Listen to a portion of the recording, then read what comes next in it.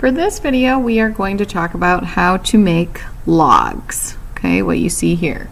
So logs are made from a coil, again, a ball into a big Tootsie Roll, and then we're going to roll it out. When we roll it out, we are only rolling away from ourselves, not back and forth, because that's going to cause our coil to get flat. Now I know that this is probably about the third time you've seen this, but that's because when students start rolling out their coils, I typically see that it's very intuitive, or it's just kind of feels normal to roll it back and forth, back and forth. Okay, so that's why I'm showing you this a number of times. And remember, we want to give all parts of the coil equal attention so that some parts don't get skinnier than other parts. And if you do find that something's getting a little bit thinner than another part, just ignore that thinner area for a while until it kind of evens out. Okay, so again, if there's anything that looks kind of rough here, cracks, mine looks pretty good. It just sort of has the impression from the texture of the canvas on it.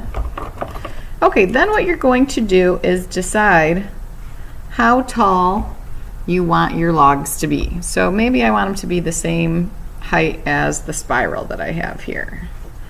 Okay, so I'm just going to cut one and then kind of measure it. That looks a little too tall.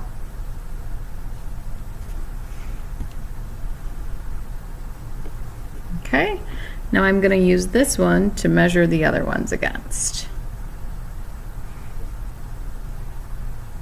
So these logs, it's really just a way to make your coils vertical. You just kind of do it in smaller sections. So then we're going to put these three next to each other, and just like the spiral, instead of scoring and slipping them together, I'm going to blend them together. So I'm blending across the seam, not with the seam, across the seam, so that the clay from this is blending with this and into this, and they will then be connected together without scoring and slipping. Okay, so now if we need any cleaning up here, I'm going to do that before I attach it. Okay, this might be a good instance where you would use your elephant ear sponge, and you could get in between your coils there. And then wherever you're going to place this, let's say we want it right here, I'm just going to mark where that goes. Okay, I need to score the side of my spiral, the base where my logs will be sitting,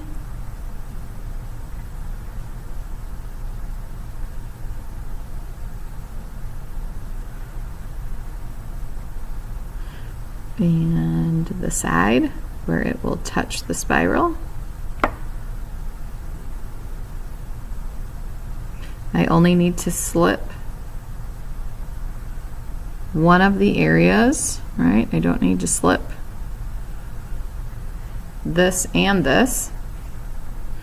And then don't forget just to gently wiggle those together so that those score marks lock into each other. You could, on the back here where these meet each other, you could weld that just to make sure. But again, welding is definitely not a bad thing. but we're just going to save time. As long as you score and slip and you wiggle together, you don't need to weld every single thing that you attach. Okay, so this is what we have so far.